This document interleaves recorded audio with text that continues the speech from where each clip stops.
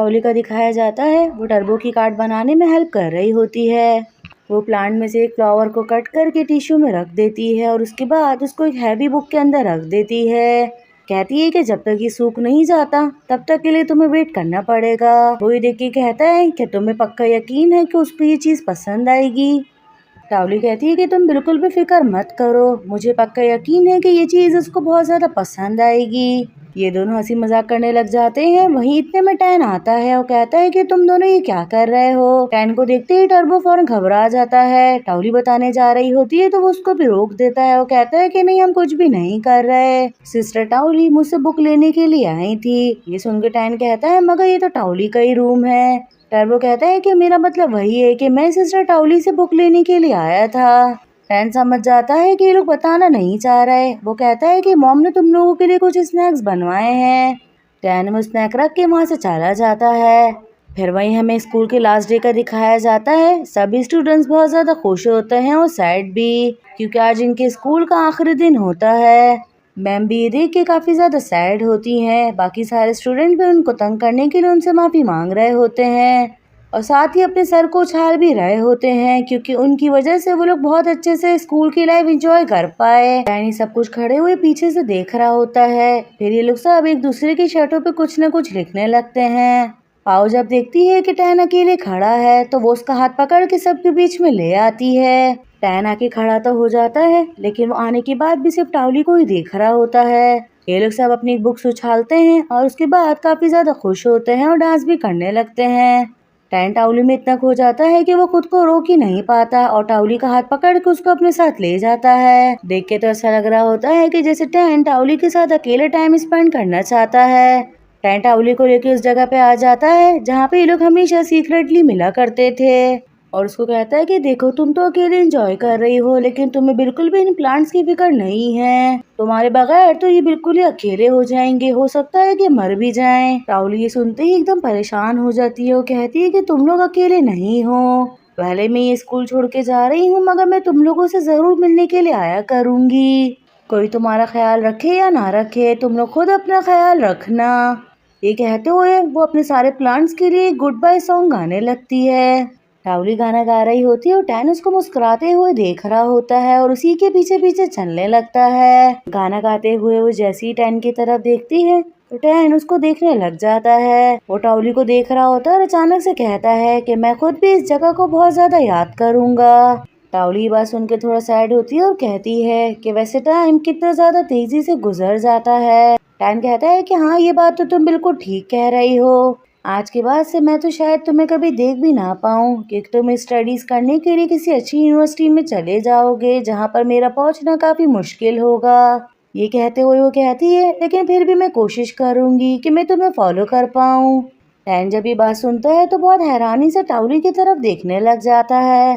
टाउली भी उसकी तरफ देखती है और कहती है कि अब जरूर तुम मेरा इस बात पे मजाक बनाओगे। टैन कहता है कि ये बात बिल्कुल भी फनी नहीं है। ये सुनकर टाउली भी बहुत खुश हो जाती है और कहती है कि तुम्हें लगता है कि मैं कर पाऊंगी।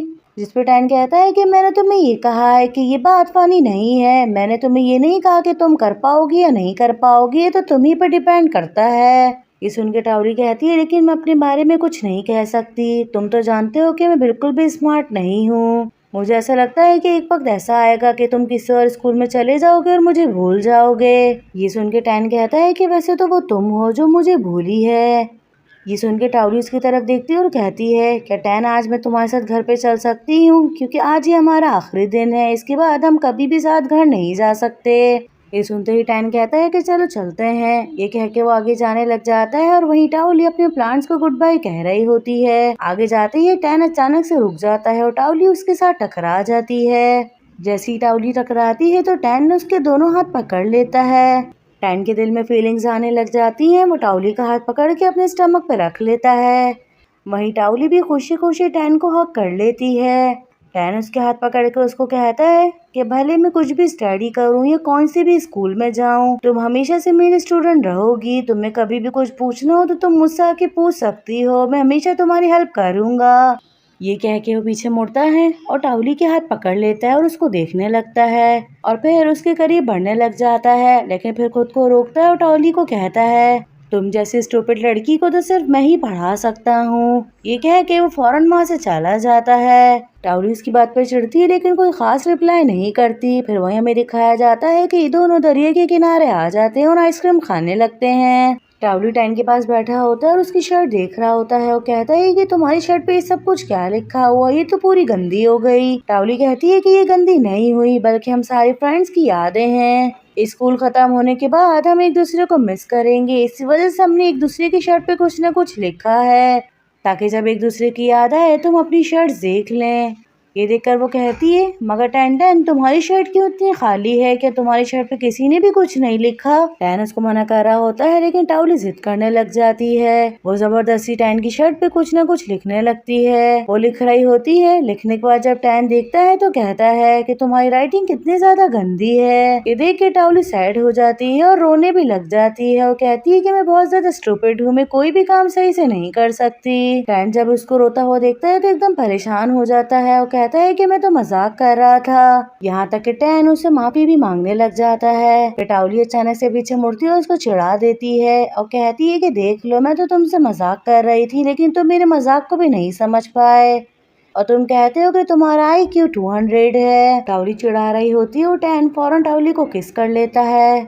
ये देखकर तो टाउली खुद भी काफी ज्यादा शॉक्ड हो जाती है और उसको देख रही होती है।